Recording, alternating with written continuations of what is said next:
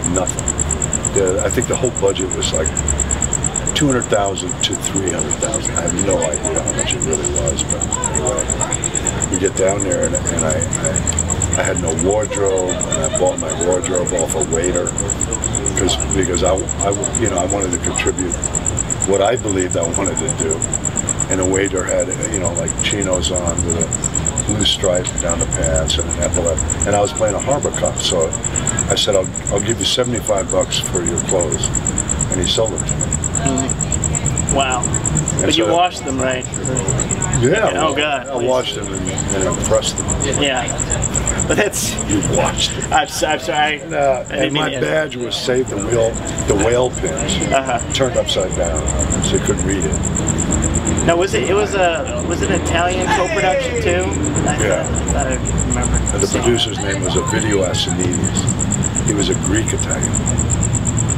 Hard to deal with. Okay. Right in the middle of the scene, he'd come to me and say, "Lance, you finished this scene, and I'll buy you the best dinner you ever had." That was his contribution to the movie. Finish now, Lance. And did you get those dinners? No. No, you didn't get those dinners. Jim and I fought him. I said, "Look, we're standing in front of a helicopter with the blades rotating with a long dolly track. Doesn't that tell you that we have to finish this scene? Go away." Well, with true story. With Piranha 2, you also had. I mean, it wasn't that much long after you started Terminator.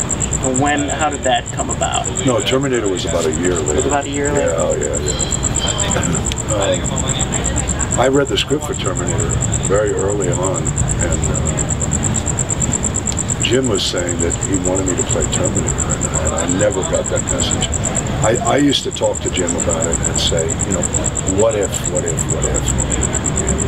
If I had played the Terminator, I would have played it much more Machiavellian, much more something he was able to shut down, wait for the right moment to attack, as opposed to a giant Gubernator governor. Anyway, it would have been a different movie, but I was grateful that Jim got it made. So when the movie was happening, Jim said, "Look, I have a meeting to get the money for this movie.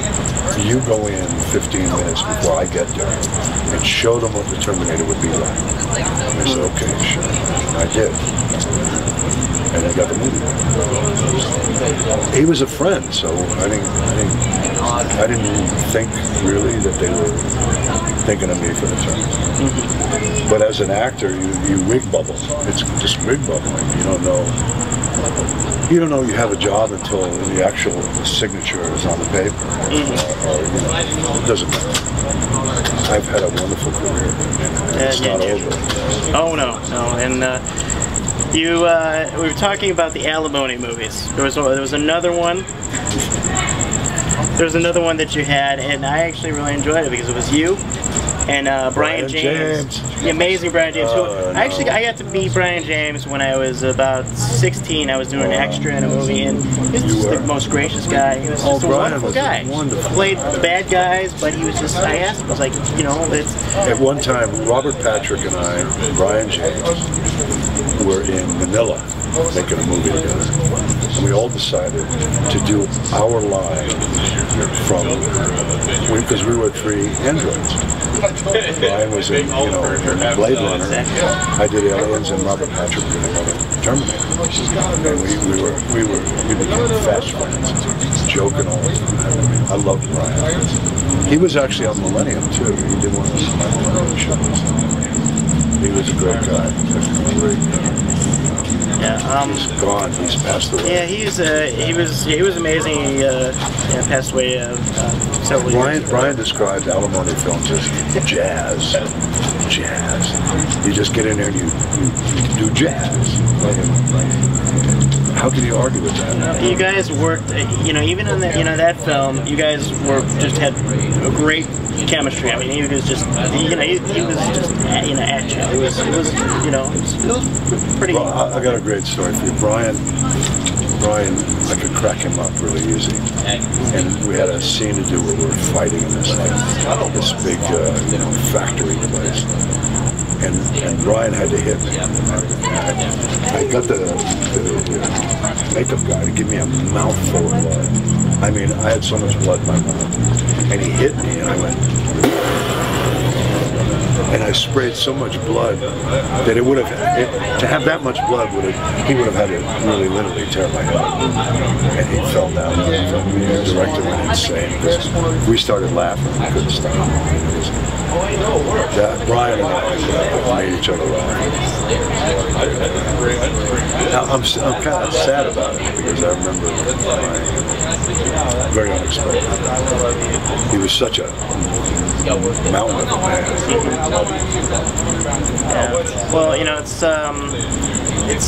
I appreciate you talking about you know, those films, and you know, of course, you know, with Aliens, Terminator, just so many great movies. And you're doing, are you doing the Droid commercials too? You're doing the voiceover for the Droid. But I did westerns. Ed Harris and I did Appaloosa together. I did Powder.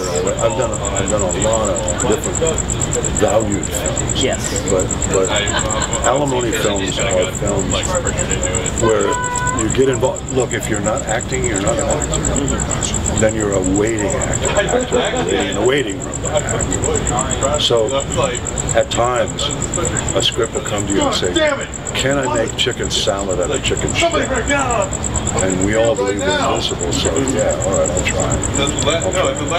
And that's what happened. You're a genre legend, and I appreciate you taking the time for Cinema Head Cheese.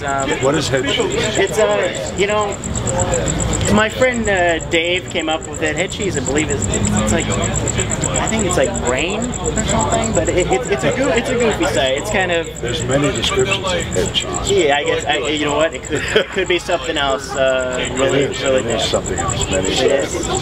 Many good ones. I mean, but it's, you know, it's ridiculous. That's like the movies. Many bad ones, many good ones. So, cinemaheadcheese.com. Thank you so much, sir. Very, very appreciative. So we're in this together.